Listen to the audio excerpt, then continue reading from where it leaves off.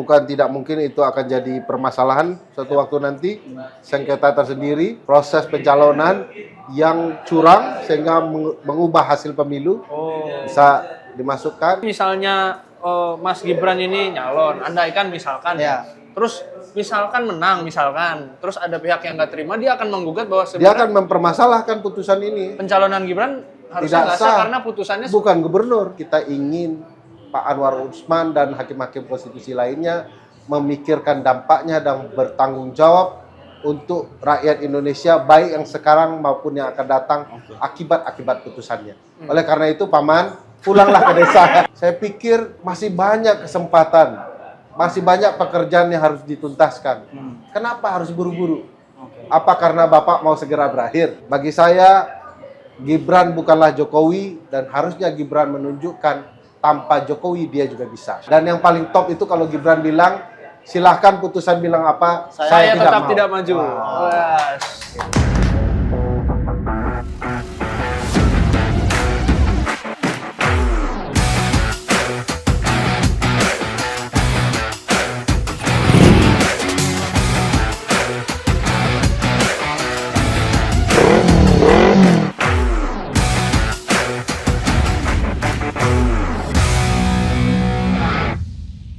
Halo semuanya sahabat Kompas.com, kembali lagi bersama kami di acara Gaspol. Ngobrol gas pasti nampol. Bung Vito nih kurang semangat untuk Gaspol, ngegas tapi nampol kok nggak semangat, kenapa? Iya, soalnya abis ada putusan ya. Terus putusan apa tuh? Putusan yang membuat kita sedikit kecewa ya. Oh, kecewa. Karena kemarin Paman datang. Paman datang bagus. Pamanku dari Iya, Anda semua udah tahu lah kisi-kisi dari ini lah ya. Kita Iya, bahas iya. apa, kita akan membahas. Ini kita nggak usah perkenalin dulu diri dulu nih. Oh ya, saya Dito. Saya Vittorio. Oh, Yes, udah kenal. Udah.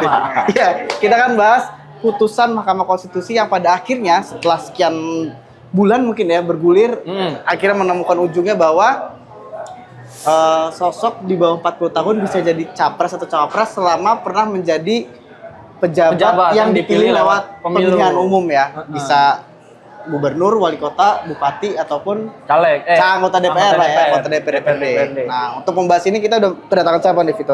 Kita bersama dengan Bang Ferry Amsari. Wis, mantap. Mantap. Terima kasih Bang Gaspol, Ferry. gas Gaspol, tapi gas. dan nampol. Nampol, ini kita tampolin satu-satu Bang. Bang Ferry ini dari sudah malang melintang ya dalam bidang hukum tata negara ya Bang. Yes. Ya. Sebagai peneliti Pusako Andalas, Universitas Andalas. Bang, tanya dong. Gitu, smooth banget. Ya, Bang Ferry, ini kita lihat kemarin publik entah bisa dibilang kaget atau enggak lah ya, tapi kan reaksinya sangat beragam gitu terhadap putusan kemarin. Kalau dari Bang Ferry sendiri melihat putusan kemarin itu seperti apa gitu? Dito kaget nggak?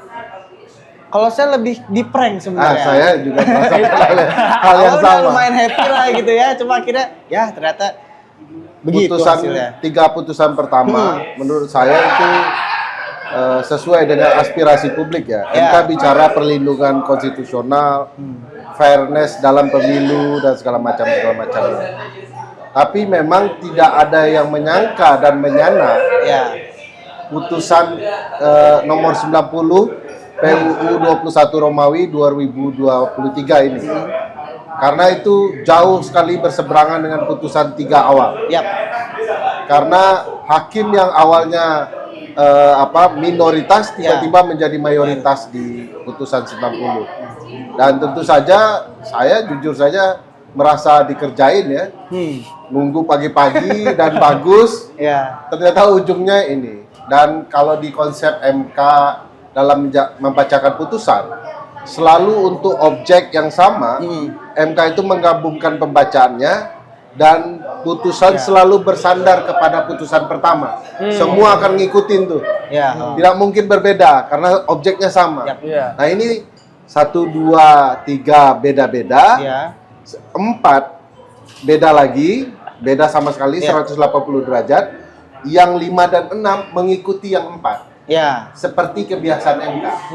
Nah ini yang memang kok MK beda-beda dan sesuka-sukanya.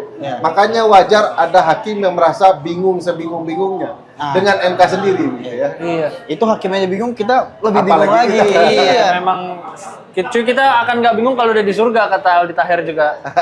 Kita udah di Sekarang surga. masih bingung ya. Iya. Bang, tapi dari putusan 90 ini dari pertimbangan-pertimbangan hukum yang dibacain itu sebetulnya memang ini kalau kita lihat putusan 3 perkara sebelumnya kan melacak original intent, pas Iya. amandemen maunya gimana. Sementara di putusan 90 ini kan enggak, Bang. Ya, Itu Abang melihatnya gimana? Apa emang itu nggak diperlukan atau gimana sih, Bang? putusan 90 itu kan berdasar kepada putusan 112 ya, PUU 20 Romawi tahun 2022 tentang pengujian yang berkaitan dengan masa syarat menjadi pimpinan KPK. Oke, ha. Nah, kebetulan di putusan itu syarat minimal tetap 50 tahun untuk jadi pimpinan KPK, ditambah frasa berpengalaman menjadi pimpinan KPK. Ya. Dan itu yang kemudian dijadikan acuan. Sebab putusan 112 ini menjelaskan untuk perkara-perkara yang berkaitan dengan open legal policy, ketentuan di mana ada delegasi perintah dari Undang-Undang Dasar untuk mengatur lebih lanjut dalam undang-undang. Jadi ini wewenang pembentuk undang-undang. Ya. MK biasanya konsisten ini diserahkan saja kepada pembentuk undang-undang. Tapi dikecualikan di 112 KPK itu ya. dengan alasan kalau terjadi intolerable injustice, ketidakadilan yang tidak dapat ditoleransi lagi. Nah, itu yang menjadi alasan putusan 90. Ya. Saya melihat apa ya maksud intolerable injustice itu ya, ketidakadilan yang tidak dapat ditoleransi. Nah, ternyata ini terminologi yang sering digunakan untuk pelanggaran HAM berat. Oh, iya. oke. Jadi kalau ada undang-undang yang membuka ruang terjadinya pelanggaran berat, MK tidak ingin menyerahkan kepada pembentuk undang-undang. MK Harus akan beresin sendiri memutuskan gitu ya. demi pertimbangan itu. Tapi ini tidak cocok dengan kasus Pencalonan pemilihan presiden, ini. Iya. Karena apa aja ketidakadilan yang terjadi. Wong pembatasan itu biasa saja Iya. di dalam konstitusi. Baca pasal 28J misalnya, bahwa pembatasan hak itu ada Iya. dan diperbolehkan sepanjang diatur undang-undang. Iya. Nah kan ini dua-duanya diatur undang-undang, Iya. pimpinan KPK diatur undang-undang, Capres cawapres. syarat menjadi capres cawapres juga diatur di undang-undang. 169 huruf Q itu kan. Nah bagi saya MK tidak matching menjelaskan ini. Ini seolah-olah hanya alasan yang dicari-cari untuk membenarkan apa yang ada dan mau diputuskan oleh MK. Kira-kira kenapa tuh, Bang? Iya. Kira-kira ya itu harta yang paling berharga. Adalah Ya, itu keluarga memang sangat berharga bagi kita Iya, semua ya. betul.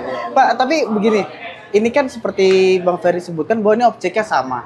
Kalau dari sejarah MK pernah nggak sih dalam satu rangkaian putusan, rangkaian perkara yang objeknya sama memiliki output yang berbeda-beda seperti itu tadi? Sepanjang pengalaman saya yang pendek, Ya. tidak pernah. Jadi ini MK selalu akan memutus perkara-perkara berikutnya dari putusan yang dibacakan pertama yang objeknya sama sebagai tidak dapat diterima atau istilahnya NO, need on fund clear fair clark ya. Tidak terpenuhinya prosedur atau syarat atau obskur atau tidak jelasnya permohonan. Nah, selalu begitu MK. Nah, khusus kemarin kayaknya ada special condition ya. Bang, soal special condition ini kan juga ada Hakim Konstitusi Pak Arief Hidayat juga dalam dissenting opinionnya, pendapat berbedanya itu bilang ini kayaknya ada kosmologi jahat gitu, Bang. Yang dia persoalkan itu kan adalah perkara dari Mas Almas ini, ya. perkara nomor 90 ini sempat ditarik, tapi nggak jadi ditarik. Nah, sementara pada hari sidang yang sama tuh, putusan yang pertama itu MK justru mengabulkan penarikan gugatan sejenis tuh, pasal yang sama gitu kan. Ini kenapa bisa ada beda perlakuan gitu, Bang? Apa memang kita nih kalau gugat ke MK, nggak jadi jadi deh, gitu boleh, Bang? Secara hukum acaranya gitu ya. Secara hukum acaranya. Kayaknya pendekatannya jangan kosmologi lah ya. Ya. Saya nggak ahli juga soal itu ya. Pendekatannya itu ya perspektif memaknai relasi yang tidak boleh ada. Sebelum menjawab pertanyaan Vito ya. Karena kalau dilihat itu ketua MK kan pamannya Gibran. Iya. Ya. Nggak ada yang bisa bantah juga itu ya. Iya. Iya. Salah satu pemohon adalah PSI, partai yang diketuai adiknya Gibran. Oh iya. Yang dikabulkan 90 adalah fansnya Gibran. Termohon pemerintah Bapaknya. adalah Bapaknya. pemerintahan bapaknya Gibran. Iya. Jadi kemarin tuh toh itu cuma bicara hal-hal kekeluargaan. Harusnya di WA grup aja. Cuman kita WA group diikutin. bisa. Oh iya, harusnya di WA grup aja. Nah, apa namanya? Di MK sebenarnya sudah ada standar baku dalam berbagai putusan, termasuk standar etik. Kalau ada hubungan kekeluargaan dia mundur. Ya. Nah, makanya di 3 putusan awal dia mundur. Nah, yang kita tidak mengerti kenapa di putusan keempat tidak mundur kan gitu ya. Nah, juga termasuk kalau soal penarikan putusan permohonan. Kalau orang sudah lakukan penarikan, biasanya akan keluar penetapan penarikan permohonan yang dibacakan putusannya persis seperti sebelum perkara-perkara ini dibacakan putusannya. Ada pembacaan penetapan putusan terkait penarikan permohonan. Iya. Nah, kenapa bisa boleh lagi itu yang menurut saya mungkin ini yang pertama juga ya. Oh, oke. Karena biasanya MK begitu ditarik tidak boleh lagi. Sebab kalau dia memasukkan perkara lagi, dia terbentur dengan azas peradilan. Peradilan itu tidak boleh menerima atau menyidangkan Ya. 2 perkara yang sama, nebis Nebis in in idem. idem. Nah, kemarin tuh kalau ditanya boleh ya tidak boleh. Kenapa bolehnya yang saya tidak mengerti itu? Karena biasanya MK cukup tegas soal itu. Oke. Artinya Bang, kalau kayak gini kita bisa menduga ada etik atau ada prosedur yang Dilangkahi gitu ya? Dilangkahi gitu Bang. Menurut saya pelanggaran etik itu sudah jelas. Ketua MK misalnya Ikut bersidang. konflik kepentingan. Ya. Di Undang-Undang Kekuasaan Kehakiman tidak boleh. Ya. Ada konflik kepentingan, ada relasi keluarga atas bawah samping, harus wajib, bukan harus ya, wajib mengundurkan diri. Dan kalau dibaca Undang-Undang 2899, Bang MK. penyelenggara negara yang bersih dan bebas dari korupsi, kolusi, nepotisme. Nah, kalau ada kemarin itu relasi kekeluargaan itu nepotisme. Apalagi memberikan karpet merah untuk maju ya. Nah, kalau soal etik menurut saya memang banyak pelanggaran etik yang sedang terjadi kemarin itu. Dan bukan tidak mungkin ya, ini juga sudah direncanakan dengan baik kok. Kenapa? Kita mau lapor kemana masalah etik? Iya. Ketua MK atau yang lain, karena MK-MK-nya Majelis Kehormatan Mahkamah Konstitusi sedang kosong, tidak ada orangnya. Ad hoc ya Bang ya, kayaknya Bang. Atau gimana? Harusnya Harusnya kan memang kosong, ada yang meninggal dan ada yang pensiun. Oh, kemarin kan yang pas putusan Guntur Pak Hamzah Guntur ya? Hamzah kan sempat ada MK-MK-nya tuh. Iya, dilaporkan tapi ada putusan tapi tidak jelas itu. Karena ditunjuk MK-MK-nya sendiri kosong. Oh, gitu. Artinya kita nggak bisa apa? Gimana sih Bang? Apa memang sekarang kita benar-benar nggak punya tempat melapor atau memang harus nunggu MK membentuk majelis kehormatan Iya. lagi gitu? Ya menurut saya MK harus segera lah bentuk MK-MK supaya ada forumnya ya. Iya. Jangan orang bergosip se-Indonesia mempermasalahkan. Tapi ini. nggak ada outputnya Tapi ya? nggak ada forumnya, nggak ada outputnya. Harus dibentuk. Kedua, ikuti pengalaman Pak Guntur kemarin. Ada upaya untuk melakukan proses lain ya untuk menerima pelaporan. Walaupun yang ditunjuk adalah orang-orang yang coba didekati lebih dekat dengan MK juga ya. Yang ketiga bisa dilapor ke Komisi Yudisial. Cuman problematikanya ada putusan MK terdahulu 005 kalau masih ingat ya, bahwa Hakim Konstitusi bukanlah subjek hukum yang termasuk pengawasan Komisi Yudisial. Tapi hakim yang lain boleh. Artinya MK ini kalau dikatakan ya super body juga gitu, nggak tersatu juga gitu Bang? Iya, 9 orang yang sangat powerful ya.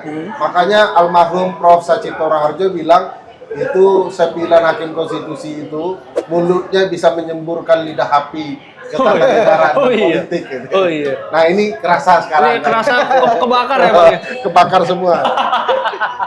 Bang Ferry, ini kita agak mundur tadi. Tadi Bang Ferry sempat menyebut bahwa semacam acara keluarganya Pak Jokowi lah kemarin. Tapi salah satu yang menarik adalah dia agak lucu juga sih sebenarnya, nggak pernah saya baca bahwa ketika seseorang mengajukan gugatan atau uji materi ke MK, salah satu alasannya karena saya mengagumi seseorang lain. Dalam kasus ini adalah seorang mahasiswa mengagumi Gibran sehingga dia akhirnya ingin dalam tanda kutip mungkin memperjuangkan Gibran supaya maju sebagai capres atau cawapres. Iya. Nah, Bang Ferry melihat ini apakah sesuatu yang janggal atau gimana sih, kok bisa-bisanya ketika kita ingin mendapat legal standing mengaitkan kepada sosok tertentu? Harusnya kan objektif bukan sih? Iya. Seharusnya begitu. Saya memang merasa janggal beberapa hal soal legal standing di berbagai putusan MK. Yap. Termasuk yang kemarin. Tidak terlalu kuat legal standing, alasan legal standingnya ya. Hanya karena dia fans Gibran. Ya. Yang karena Gibran berhasil memajukan ekonomi, serta merta dia punya hak Ya. memberikan jalan kepada Gibran. Pertanyaan besarnya, kenapa tidak Gibran aja yang langsung? Ah, betul. Bagaimana kalau Gibran tidak nyaman dengan ini? Iya. Tiba-tiba boleh. Jadi kan tidak cocok lah ya. MK kan memberikan standar ada kerugian konkret yang langsung menimpa orang itu. Yap. Masa peristiwa berhasilnya Gibran Memimpin Solo membangun gitu. ekonomi Solo itu punya relevansi dengan Gibran juga akan mampu memimpin Indonesia Republik lebih besar, Indonesia.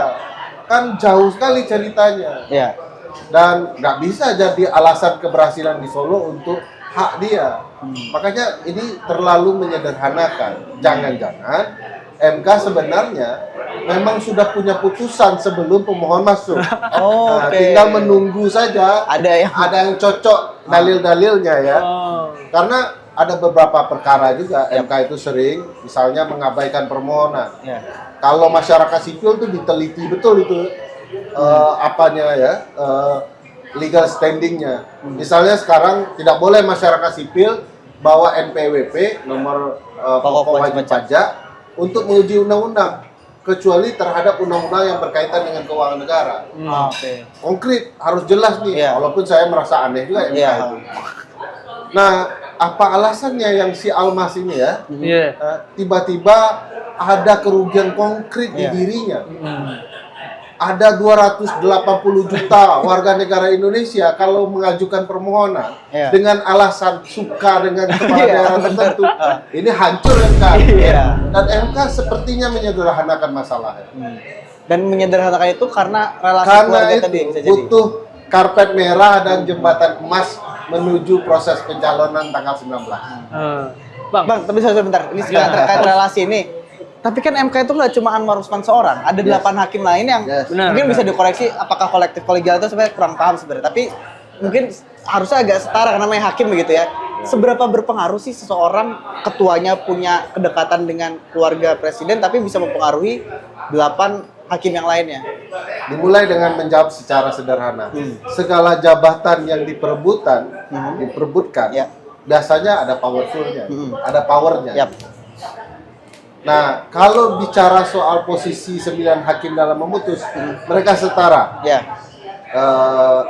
Dalam memutuskan suaranya one man one vote Ya. ya kurang lebih gitu ya.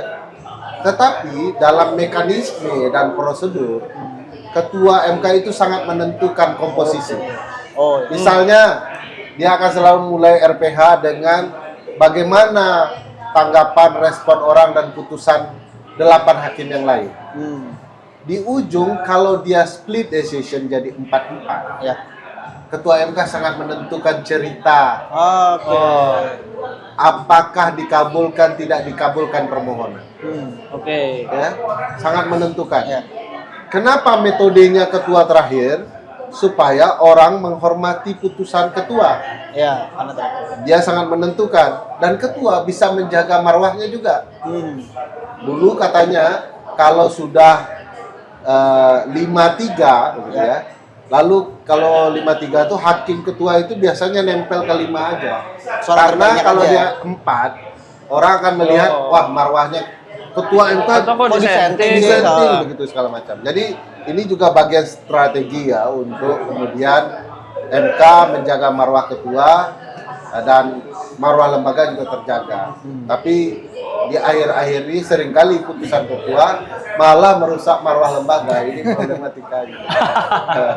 Bang, cuman kan dalam dissentingnya Prof. Saldi, itu kan dia mengungkapkan bahwa sebetulnya ada dua, awalnya nih di 3 perkara yang di sidang awal nih, komposisinya 6 lawan 2. Ya. 6 menolak, 2 setuju. Tapi di perkaranya Almas tiba-tiba ada 2 yang tadinya nolak ikut jadi setuju nih. Nah, kaitannya dengan tadi relasi-relasi dan prosedur yang lazim di RPH itu, menurut Abang apa yang terjadi dengan 2 hakim konstitusi yang Hingga akhirnya bergeser, ikut juga pindah haluan nih gitu? Iya, saya nggak tahu persis ya kenapa ada perubahan. Karena RPH itu kan tertutup, Iya. staf MK yang ikut pun kabarnya disumpah untuk ikut, tidak membocorkan ya. Oke. Nah, kalau kita analisa dari berbagai putusan dan dikaitkan dengan putusan 90, kan jelas bahwa hanya 8 hakim yang memutus, Ya. lalu 2 dissenting gitu ya. Iya. Lalu terjadi peralihan luar biasa, hakim mayoritas yang kemudian menolak tiba-tiba concurring Ya. di putusan 90 dan menjadi mayoritas yang berbeda. Kalau dibaca baik-baik sebenarnya ini putusan juga harus perlu dibaca baik-baik. Iya. Ya. 5 hakim ini mayoritasnya hanya untuk membolehkan orang di bawah usia 40 dapat menjadi capres dan cawapres jika punya pengalaman atau pernah atau sedang menjadi gubernur. Yap. Sisanya mereka split juga. Ya. 3 mengatakan semua bebas saja. elected official boleh, ya. Mau bupati, wali Bupati, kota, wali kota, anggota DPR, DPR, DPRD, DPD begitu boleh, gitu ya. Dan yang 2 ini tidak, hanya kepada gubernur, karena gubernur pernah menjadi wakil pemerintah di pusat, wakil pusat di daerah, gitu ya. Oke. Dan dianggap itulah bagian pengalaman yang cocok untuk Jadi pemilihan presiden. presiden. Nah, mereka split juga nih yang 5 jadi 3. 3. Oleh karena itu pendapat saya 5 ini hanya memperbolehkan ya seorang mantan gubernur atau sedang menjabat untuk menjadi calon presiden atau wakil presiden jika usianya di bawah 40 tahun. Yang lain tidak boleh. Iya. Yang lain pecah suaranya. Hanya didukung 3 suara. Oleh karena itu kalau kita mau patuh kepada putusan MK, KPU juga karena sifatnya erga omnes, final and binding, juga hanya memperbolehkan orang di bawah 40 tahun yang memiliki pengalaman sebagai gubernur atau sedang menjabat sebagai gubernur. Tapi kan amarnya jadinya Nah, Ya, di atas kertasnya. ini kan pertanyaan iya. Vitonya yang menarik, bukan soal pertimbangan kan? Iya. Amarnya. Kenapa pertimbangannya Ya. begitu, concurringnya begitu, tapi amarnya bulat? Iya. Nah, menurut saya mereka sendiri mungkin kebingungan dalam memperdebatkan apakah menyebut langsung, tidak menyebut langsung. Menurut saya toh, Iya, Bang. putusan yang 2 ini tidak cocok jadi concurring. Lebih Alasan berbeda. Cocoknya dissenting. jadi dissenting opinion. Apa sebabnya dissenting jadi concurring? Nah, saya tidak tahu politik di dalam itu. Karena ini Politik di dalam akan berbeda ya nuansa putusan kalau kemudian mereka dissenting. Dianggap concurring karena memang Pada dasarnya membolehkan- hanya Membolehkan. gubernur. Ya. Beda nih amarnya, simpulannya 2, 3 sama 2 ini. Oh, gitu Nah, ya, Bang. dalam konteks itu, perbedaan pertimbangan concurring dengan amar bisa juga dilapor dalam pelanggaran etik. Karena kan oke. hakim itu dituntut kehati-hatian, detail. Wong negarawan yang paham konstitusi dan ketatanegaraan, Iya, masa iya. buat putusan salah-salah kan? Iya. Misalnya. Nah, tapi dengan bukan dinamik apa kasus beda antara pertimbangan dan juga amar secara praktis kepada pendaftaran capres besok ini kan bentar lagi ya. Itu sebenarnya yang dipakai mau tidak mau ya amar ya kan pada akhirnya. Ya tentu amar dengan berbagai diktumnya menjadi pegangan utama. Tapi tidak pernah orang hanya sekedar membaca diktum, Dito. Selalu juga pertimbangan hakim juga dibaca, Oke. supaya mengerti maksud amar ini apa. Oh. Nah, gitu. Karena harus diingat putusan itu bukan sekedar amar. Ya. Putusan itu paket komplitnya putusan. Dia satu badan.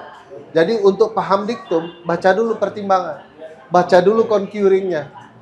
Jadi saya merasa ya kalau KPU hati-hati, bisa-bisa yang terjadi persis seperti concurring. Hanya gubernur. Hanya gubernur. Apalagi KPU kan harus berkonsultasi dengan Komisi 2 DPR ya. Bikin yang PKPU. kebetulan yang mayoritas adalah PDIP yang tidak setuju dengan putusan ini. Oke. Artinya Pak Ferry ingin mengatakan bahwa walaupun putusannya kemarin seperti itu masih ada kemungkinan bahwa pada akhirnya Gibran belum bisa maju Belum nih bisa. di Pilpres ini. Ya, belum bisa kalau betul-betul membaca putusan Ya. secara lengkap. KPU tinggal KPU nih Ya, dengan fungsinya ya. Komisi 2. Tapi kan sayangnya kita hampir bisa dikatakan tidak ada hari lagi ya. Ya. Iya. Tinggal 2 hari Lagi sedang reses pula, reses lagi DPR. reses, iya. Nah, ini perlu ada upaya-upaya yang lain. Seingat saya di masa Covid, antisipasi itu adalah dengan melakukan rapat via Zoom. Oke. Nah, apakah rapat konsultasinya? ini bisa dilakukan atau Iya, tidak? iya. Tapi kalau misalnya KPU memutuskannya sesuai dengan Aman ya. pertimbangan bahwa hanya boleh gubernur, itu nggak nanti akan dibilang melangkahi amarnya gitu bang? Iya, makanya tadi kan kita bicara amar itu tidak berdiri sendiri, ada pertimbangan. Ini dia membalikkan gagasan itu. Ini kajian filsafat. Apakah kemudian kalau kita menjalankan pertimbangan tidak melanggar amar? Tentu kalau dilihat hanya amar bunyi amar, kita akan dianggap melanggar amar. Benar. Ya. Tapi kalau dibaca secara lengkap, tidak ada yang dilanggar. Nah, sekarang mau Pakai menggunakan pendekatan apa dalam membaca putusan? Ahli hukum ada yang berbeda, dia yakin amar aja dibaca, kalau amar aja dibaca, untuk apa Pertimbangan supaya setebal itu ya? sepanjang Oh iya juga berjam-jam benar. kita ketik ya. Iya. juga. Jadi ya harus juga dibaca pertimbangannya. Oke. Pertimbangan kita jadi tahu maksud hakim itu apa. Nah, kecuali memang ada yang niat, pokoknya apapun yang terjadi, amar ini yang dijalankan. Iya. Kalau sudah niatnya begitu ya susah kan? Pak, tapi terkait KPU tadi, ada kabar bahwa KPU sendiri bersikap bahwa merasa revisi PKPU atas putusan MK kemarin ini tidak perlu konsultasi dengan Komisi 2. Secara aturan itu legal apa nggak sih begitu, Bang? Ya konsultasi itu wajib tetapi tidak mengikat. Oke. Nah, tinggal KPU-nya punya nyali atau tidak punya nyali saja. Kalau dari track record Ya. punya nyali. Biasanya kalau punya kepentingan dengan DPR nggak punya nyali. Tapi bertabrakan dengan kepentingan masyarakat sipil, KPU abai aja, punya nyali. Oke. Sekarang apalagi tuh pertanyaannya? Ya, Melihat ada- banyak kejanggalan. Abang melihat apa yang terjadi di MK? Wah, ini soal Sebenarnya masalah MK ini mungkin sekarang baru publik lebih banyak melihat kerasanya, sedangkan kalau kita lihat beberapa tahun kemarin ada-ada aja sebenarnya masalahnya nggak sih? Iya, cuman ini yang paling kentara ya kelihatan Iya. gitu. Maksanya. Iya. Ya komposisinya yang aneh menurut saya. Hmm. Generasi pertama kalau ada yang masih ingat, itu generasi terbaik menurutku. Iya. Oh. Ya, belum terlalu banyak politisi masuk. Nah, sekarang sudah sangat politisi masuk juga, kemudian kalau bukan politisi ya dikendalikan politisi. Ingat nggak peristiwa Pak Aswanto dipecat diganti Iya, Pak diganti. Guntur? Omongnya apa? Sebagai pemilik saham, kami bisa mengganti direksi kami di Iya, MK kapan saja. Berarti MK itu perusahaan. Oke. Hakim konstitusi itu direksi yang bisa dicabut oleh Pemilik saham. pemilik Mereka modal pemilik kan. modal, iya. Dan itu yang terjadi dengan Pak Guntur, menjalankan kepentingan para pemilik saham. Oh. Nah, yang agak janggalnya waktu dia dimasukkan, kan pemilik sahamnya PDIP ya. Iya. Pemilik sahamnya PDIP tapi kok Kayaknya ada yang berkhianat juga ya. Bang, tapi kalau ngelihat Abang melihat internal MK saat ini gimana Bang dengan adanya split decision yang sangat telanjang gitu Bang. Bahkan Prof Saldi dan Pak Arif Hidayat tuh sampai disentingnya ya. belak-belakan menunjuk nama Ketua Saya Anwar bingung. Usman. Saya bingung, benar-benar bingung. Kira-kira kosmologi di dalam itu gimana Bang? Setelah kayak gini. Saya kan tidak berencana untuk memprovokasi hakim-hakim 9 itu ribut ya. Tapi pertanyaan ini kalau menimbulkan, kalau ada jawaban yang menimbulkan keributan, Vito dan Dito harus Saya siap disalahkan. bertanggung jawab. Ya tentu ada suasana kebatinan yang akan rusak ya di MK ya.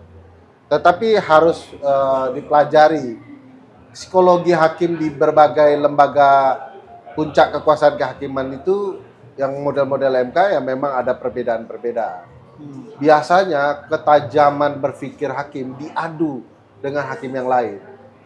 Kalau pakai contoh Mahkamah Agung Amerika, biasa aja tuh hakim A ribut dengan hakim B.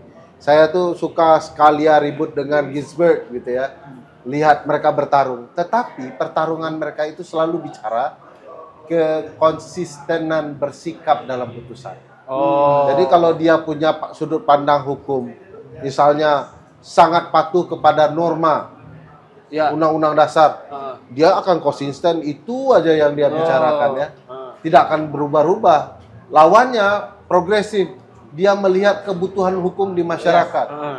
Dia itu saja, pokoknya apa kebutuhan masyarakat butuh apa. Nah ini kan dua hukum, cara berpikir hukum yang tidak bisa bertemu. Tidak apa-apa, berbeda tajam. Nah keributan di MK itu, kalau yang saya baca bukan cara berpikir hukum, tetapi banyaknya hakim yang tidak konsisten dengan putusannya sendiri. Konsisten. Jadi bukan soal substansi nih masalah mereka berdebat ini. Jadi perang mereka adalah perang kepentingan politik juga. Nah mungkin ada yang mengatakan hakim ini tegak kepada konstitusi, tapi kan ada hakim yang tidak mau tegak dengan konstitusi karena ada kepentingan politik yang mengejarnya. Nah inilah yang berbenturan itu. Masalahnya nanti Sebutkan nama-nama hakimnya, Toh. Hafal nggak? Bukan Wikipedia dulu. Nanti saya disomasi, Bang. Aduh. Aduh. Tapi kalau gini kan nanti MK juga masih berperan penting nih, Bang, dalam pemilu. Karena MK akan mengadili sengketa pilkada sampai pilpres. Pilpres pileg dulu baru pilkada. Ya, pilpres pileg baru pilkada. Ya pasti sangat berperan dan akan mempengaruhi putusan. Apalagi ini ada yang dianggap melanggar konstitusi tapi oleh putusan MK dibolehkan. Bukan tidak mungkin itu akan jadi permasalahan suatu waktu nanti. Sengketa tersendiri, proses pencalonan yang curang sehingga mengubah hasil pemilu bisa dimasukkan. Oh, jadi nanti misalnya Mas Gibran ini nyalon, andaikan misalkan terus misalkan menang terus ada pihak yang nggak terima, dia akan menggugat bahwa Dia akan mempermasalahkan putusan ini. pencalonan Gibran harusnya nggak sah karena putusannya Bukan gubernur.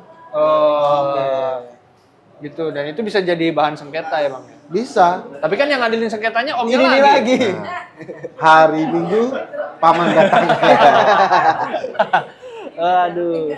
Iya, mesti diapain dong Bang ini, Bang? Pintar Jokowi ya. Keren, respect. Respect.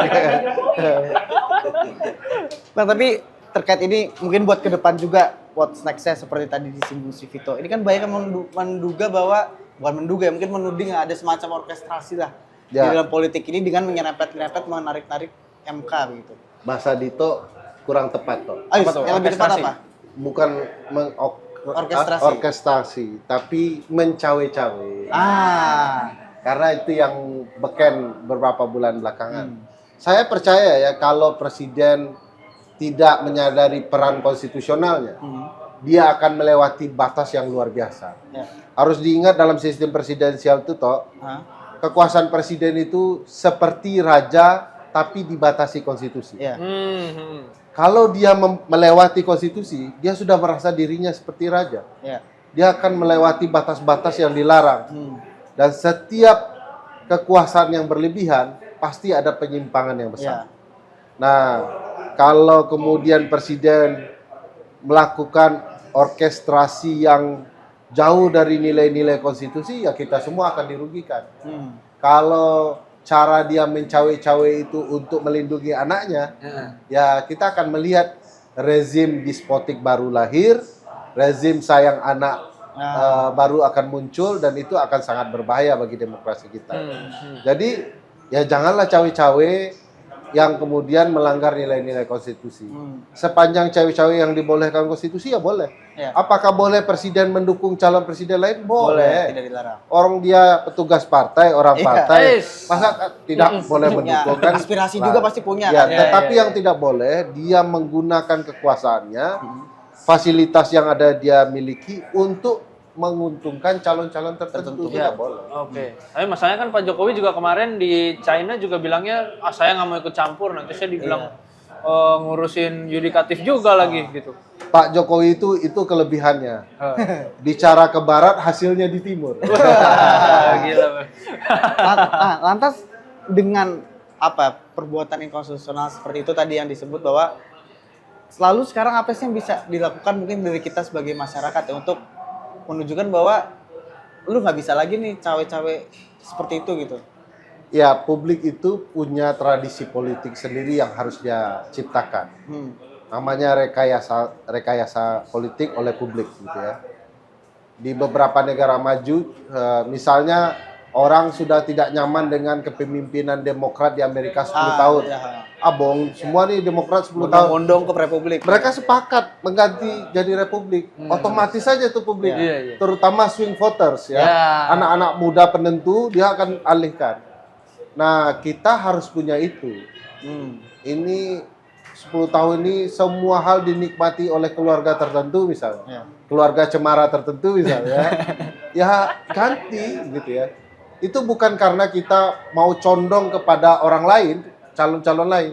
Inilah rekayasa publik untuk memberikan pelajaran orang-orang politik dan partai politik bahwa mereka nggak boleh bohong. Kalau sudah diberikan kesempatan, kami akan ganti Anda. Bang, kalau misalnya saya jadi kepikiran Bang, kalau misalnya emang nanti Mahkamah Kehormatan Majelis Kehormatan MK ini dibentuk, itu bisa ini nggak Bang membuat misalnya pencalonan Mas Gibran jadi Terganjal. jadi nggak memenuhi syarat gitu Bang? Pelanggaran etik yang terbukti tidak bisa membatalkan putusan yang Iya. sudah dijatuhkan. Oh gitu. Tetapi bukan tidak mungkin hasil dari putusan pelanggaran etik dijadikan alasan untuk menguji kembali. Oke. Menguji Jadi ada kembali JR gimana lagi gitu maksudnya, ya. Mas? Putusan itu bahwa ini ada kondisi baru yang bisa dibuktikan bahwa proses penafsiran yang lalu itu cacat keliru. kepentingan. Oh, cacat Seperti kasusnya kepentingan. di Guntur Raja sempat Ya, ada semacam isu novum yang tadi. lah, alat Ya. bukti baru. Oh, alat bukti Tapi baru. kita kalau di MK kan istilahnya alasan yang berbeda. alasan. Oh, cuman karena emang pendaftaran tinggal 2-3 hari lagi, Ya, Hampir sudah tidak. Jadi hampir. Sudah diperhitungkan sama orang yang ke China tadi. Dia sudah pilotnya yang ke China. Iya kan, lihatlah bahwa perkara ini RPH-nya Heeh. rapat permusyawaratan hakimnya udah lama. Iya, baru diputus kemarin. Baru diputus kemarin. Hamin Dekat 3 lagi pendaftaran. Hamin 3. Oh. Semua sudah terencana dengan baik. Udah Sengaja ada jadi grand dipepetin. design lah ya. Iya. Makanya ini pembelajaran juga bagi publik yang bilang Jokowi itu kayak orang bodoh, pelangap-pelongo. Wah, Iya. Jokowi itu jenius, men-set Jenius. berbagai hal, termasuk Keren. kasus ini. Ya. orkestrasi ya. Asik. Orkestrasi. Walaupun kalau orkestrasi itu musiknya kayaknya enak ya. Enak, kok. Kalau ini agak gedublak-gedublak gitu ya. Ya, tapi kan enak tergantung Memang buat agak siapa kasar juga ya. kan. Oh iya ini agak hard Ya, rock. mungkin Ini ada hard rock ya, mental. hardcore dia. Hardcore iya. Apa lagi? Tapi dengan kedepannya, ini kan MK tadi Bang Ferry sempat menyinggung bahwa MK ini semakin politis lah gitu Ya. ya. Tapi kan kita lihat ke depannya MK juga akan kedatangan juga satu hakim yang punya latar belakang sebagai Oh politikus iya, begitu Pak ya. Arsul ya? Heeh, Pak Arsul. saya kurang tahu kapan akan dilantik, kapan mulai aktif ya. Cuma kan Januari kayaknya. itu pasti akan sangat berpengaruh juga ke Komposisi. komposisi dan juga apalagi momennya juga momen-momen politis banget kan. Oh iya, sengketa pilpres, sengketa pemilu dan sebagainya. Kira-kira bisa mengharapkan apa lagi sih dari MK ini dengan komposisi yang berubah, tanpa komposisi berubah pun sudah kayak begini gitu kondisinya. Sebenarnya kalau disepakati menerapkan pasal 24C Undang-Undang Dasar soal Mahkamah Konstitusi, kan kalau diperhatikan kalimatnya ya, Hakim Konstitusi itu diajukan oleh, Iya, diajukan bukan diseleksi, ya. oleh DPR, Presiden, dan Mahkamah Agung. Jadi saya kalau mau berpendapat harusnya proses seleksinya tetap kepada lembaga independen. Yang potensial itu adalah Kayak Komisi Yudisial, karena Komisi Yudisial di Undang-Undang Dasar diberikan kewenangan lain. Nah, itu bisa dilakukan. Nanti setelah diseleksi Komisi Yudisial, baru diserahkan ke 3 lembaga. Nah, 3 lembaga inilah yang Mengajukan mengajukan nama-nama kepada ya. Presiden. Hmm. Nah, itu kalau mau baca. Tapi kan tidak ada orang yang mau kewenangannya dikurangi ya. Nah, sejauh ini DPR, Mahkamah Agung dan Presiden tidak pernah mau mengurangi soal ini. Oke. Bang, tapi kan apa memang iya pasti hakim yang diajukan DPR itu nanti akan memihak pada penguasa gitu. Karena kalau saya nggak salah ingat, kayaknya Prof. Saldi juga diusulkan diajukan presiden ya. Ada hal yang perlu diketahui di konsep pemilihan politik terhadap hakim. Yaitu harus ada mekanisme yang menjauhkan hakim-hakim pilihan politik itu dari politik balas budi. Oke. Nah, kalau di beberapa negara dia dikaitkan dengan masa jabatan. Jadi masa jabatannya dibuat panjang. Ada yang seumur hidup. Yap, di Amerika. Begitu sudah dipilih, udah ngapain lagi? Saya nggak akan berurusan dengan Anda. Ini yang marwah saya yang harus saya lindungi dengan melalui putusan-putusan. Oke. Ada yang panjang, kita kan panjang ya, 15 tahun atau 70 tahun usia. Jadi secara konsep sudah cocok untuk lepas tangan ini ya. Ya. Begitu sudah dipilih, ya lupakan. Bye-bye. Nah, perlu diingat oleh hakim konstitusi yang dari partai, dari presiden, dari Mahkamah Agung, sudahlah lupakan kepentingan lembaga itu. Ya. Toh pengalaman Aswanto tidak bisa diulang lagi menurut putusan MK kan. Nah, sayangnya hakim MK kan juga tidak kompak. Iya. Awalnya dipecat, malah dia tetap datang pelantikan kan. Tapi kan putusan di pencopotan Aswanto juga diubah-ubah gitu, Bang. Iya, itu mekanisme paling aneh, paling ajaib. Orang dipecat tanpa ada salah, Ya. orang dilantik juga tidak jelas tanpa ada proses seleksi, Ya. calon tunggal Asal langsung tunjuk aja ditunjuk. Heeh. Jadi sebenarnya putusan MK itu tidak sah karena Pak Guntur Hamzah juga tidak Tidak sah. sah jadi hakim harusnya. Wah, udah ruwetnya kemana-mana. Bang, tapi kalau misalkan bener nih, Mas Wali Kota Solo ini berhasil maju gitu. Dan terpilih. Abang melihatnya itu politik dinasti nggak sih, Bang? Karena kan banyak juga yang nganggap, loh, jurinya tetap Rakyat. gitu. Tetap dia nggak akan bisa berkuasa kalau Kalau rakyat tidak dipilih rakyat. nggak Nggak pilih. dicoblos.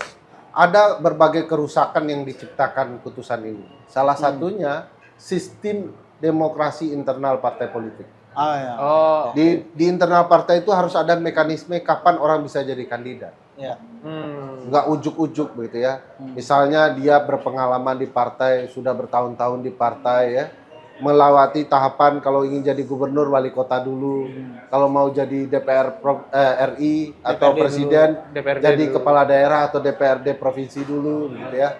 Dan itu yang disebut mekanisme kandidasi yang baik. Ya. Nah, oleh putusan ini itu semua dilabrak ya. Pokoknya kalau ada memenuhi relasi kekeluargaan dengan keluarga istana naik. Saya sering bercanda ini soal 3-4 perda saja. Oke. Jadi seluruh mekanisme internal partai itu akan dilabrak dengan 4 perda ini. perda. Pertalian darah. Oke, Kalau pertalian dia darah. keluarga istana, Aman. keluarga ini, keluarga menteri, keluarga kepala daerah, set langsung nomor 1 atau langsung Akselerasi. jadi kandidat. Oh, iya. Pertalian dakwah. Kalau dia satu dakwah. organisasi, misalnya Oh, iya. alumni Universitas Andalas, wah dia cocok nih. Wah, pertalian dakwahnya ya. Ya. Pertalian daerah. Oke, kalau latar daerah. belakangnya ya. Sama. Vito Dito sekampung gitu ya. Ya. Dia didulukan lah gitu ya. Nah yang paling penting perda terakhir, Apa tuh? pertalian dana. Itu bisa mengabaikan tiga-tiga ini. Sepanjang uangnya banyak, lewat ya. Kalau di kasus yang ini pertalian apa, Bang? Banyak hal. Semuanya benar. Apa lagi nih? Apalagi Oh, udah mana penutupan pertanyaannya nih. Oh, udah Luar closing. biasa. Oh, Ini- tidak terasa ya kita ngomongin keluarga orang. Udah emang gibah Ya, tuh tapi paling masa keluarga orang juga mempengaruhi banyak orang sih ya. mempengaruhi keluarga kita ini. Memang gibah keluarga orang ini enak Iya, ya. emang enak bener. Aduh. Rumput tetangga lebih hijau. Iya, hijau-hijau banget. Nah, Apa Pak pesan Ferry. untuk paman di MK? Wah, Lucu. ya, pesan untuk sang paman dan juga sang ponakan. ponakan yang bukan insya Allah. Untuk Yang- menyelamatkan demokrasi. Nah, Bisa gitu ya? Ya, sekarang dia merasakan untung bagi keluarga dia. Begitu siklus demokrasi berubah, apakah karena situasi berubah, karena paksaan, karena mekanisme yang lain, suatu waktu dia akan merasakan dampak dari putusan ini. Itu akan merugikannya. Setidak-tidaknya dalam sejarah Mahkamah Konstitusi, kita akan menceritakan ke anak cucu kita semua, ada yang namanya Anwar Usman, tidak tahu malu, terus melakukan putusan untuk kepentingan keponakannya. Itu akan diceritakan. Saya sendiri akan jadi contoh terus Waktu di kuliah ngajar. kekuasaan kehakiman, praktik MK, Ya. ada tuh. Itu akan tersebar bagi seseorang negarawan menghargai marwah lembaga dan dirinya itu adalah nilai yang utama. Orang bisa saja salah, tapi orang harus berani bertanggung jawab terhadap kesalahannya. Orang bisa saja sesat begini ya, tapi orang harus bertanggung jawab terhadap akibatnya. Salah satu hal yang penting kita ingin Pak Anwar Usman dan hakim-hakim konstitusi lainnya memikirkan dampaknya dan bertanggung jawab untuk rakyat Indonesia baik yang sekarang maupun yang akan datang akibat-akibat putusannya. Oleh karena itu Paman, pulanglah ke desa. Itu baru buat Itu baru buat Paman. Buat keponakannya. Ponakannya. Ponakan, Anda masih muda. Guys. Jauh lebih muda dari saya ya. Saya pikir masih banyak kesempatan, masih banyak pekerjaan yang harus dituntaskan. Kenapa harus buru-buru? Apa karena Bapak mau segera berakhir? Bagi saya, Gibran bukanlah Jokowi dan harusnya Gibran menunjukkan tanpa Jokowi dia juga bisa. Nah, jangan kemudian seperti kerbau yang dicocok hidungnya ya, apa kehendak Jokowi, Gibrannya tampil. Seolah-olah ini bukan kehendak Jokowi dan kehendak Gibran. Ini menunjukkan ada faktor kerakusan tersendiri dalam kekuasaan yang mestinya dihindari Gibran. Dan yang paling top itu kalau Gibran bilang, silahkan putusan bilang apa, Saya tetap mau. tidak maju. Wah. Wes. Gitu. Wani nggak Mas Gibran? Tapi sebenarnya saya tuh ada satu pertanyaan lagi. Oh, betul lah pertanyaan terakhir. Pamannya udah, bentar, pamannya udah, Ah. ponakannya udah. Bapaknya keponakannya harus ngapain nih, Pak? Kira-kira pesannya. Tapi karena presiden kan tidak boleh mempidanakan warga negaranya. Tidak bisa. Jadi karena tadi aku kan cerita presiden itu adalah raja yang dibatasi konstitusi. Konsepnya begitu. Artinya presiden adalah orang yang paling powerful. Kepala negara iya, kepala pemerintahan iya, pasukan banyak gitu ya. Bagi saya, citra Jokowi itu akan menentukan masa depan Indonesia ke depan. Semakin baik apa yang dia lakukan, akan baik Indonesia ke depan. Semakin buruk, maka akan buruk Indonesia. Minimal kita akan kelelahan memperbaiki kerja Jokowi yang buruk. Oleh karena itu, ya Jokowi bagi saya punya kesempatan terakhir. Satu tahun tersisa terakhir, ya, untuk melakukan sesuatu yang terbaik. Ingat, rakyat Indonesia itu mudah memaafkan dan mudah lupa. Kalau setahun ini Jokowi melakukan pembenahan yang luar biasa, mungkin di catatan sejarah kita akan ini ya. Jangankan di Lauhul Mahfuz ya, hilang catatan dosanya ya. Di catatan kita juga hilang. Dan kita mungkin akan hormat ya kepada presiden ke-7 kita ya. Harus diingat nomor 7 adalah nomor Cristiano Ronaldo dan itu nomor orang yang terbaik dalam sepak bola menurut penggemar Real Madrid. Oke, itu statement terakhir menimbulkan perdebatan juga nanti. Oke, terima kasih banyak Bang Terima kasih, Ferry Bang atas Ferry. waktunya. Kita ya mungkin ngomongin orang sedikit nggak apa-apa lah ya. Ngomongin banyak juga nggak apa-apa ini. Makannya pakai duit kita. Oke, terima kasih semuanya sahabat kompas.com. Saya Ardhito Ramadan. Saya Vittorio. Sampai jumpa lagi di Gaspol. Ngobrol ngegas pasti nampol. Yeay.